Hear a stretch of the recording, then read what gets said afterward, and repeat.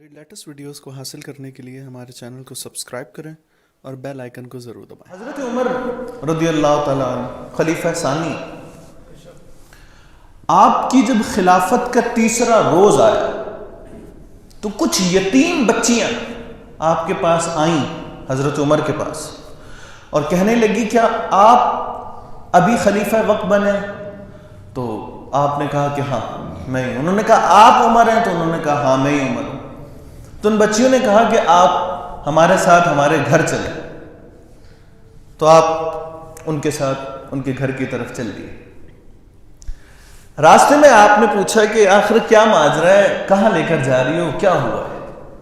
تو ان بچیوں نے کہا کہ آپ سے پہلے جو خلیفہ تھے نا حضرت ابوبکر صدیق، وہ روز ہمارے گھر آیا کرتے تھے، اور ہم ٹوٹل 7 بہنیں ہیں اور 7 کی 7 یتیم ہیں، اور وہ ہمارے گھر آتے تھے، ہماری بکریوں کا دودھ دھوتے تھے، ان میں سے آدھا ہمیں دیتے تھے پینے کے لیے اور آدھے کی تجارت کرتے تھے، اور وہ مال تجارت پھر ہمیں واپس دے دیا کرتے تھے۔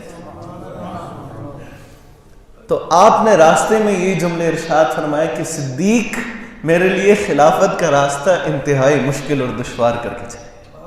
علماء نے بیان کیا ہے کہ جب حضور علیہ السلام معراج پر گئے تو ایک مقام آتا ہے جسے سدرۃ المنتہا کہتے ہیں، ایک ایسا درخت کہ جہاں پر اب انتہا ہوگی کہ اس سے آگے ما سوا حضور علیہ السلام کوئی نہیں ہے، حضرت جبرائیل امین بھی نہیں گئے۔ اور جب اس مقام پر پہنچے تو حضرت جبرائیل نے معذرت کر لی کہ اب اگر میں اس سے آگے جاؤں گا تو میرے پر جل جائیں گے۔ علماء نے لکھا ہے کہ جب حضور علیہ السلام سدرۃ المنتہا پر پہنچے تو بظاہر تنہائی کا عالم تھا، تو حضور علیہ السلام کے دل میں تنہائی پیدا ہونا شروع۔ تو اس وقت اللہ رب العزت نے ایک آواز پیدا فرمائی، اور وہ آواز سن کر حضور بڑے لطف اندوز ہوئے، اور وہ آواز حضرت سیدنا صدیق اکبر کی تھی۔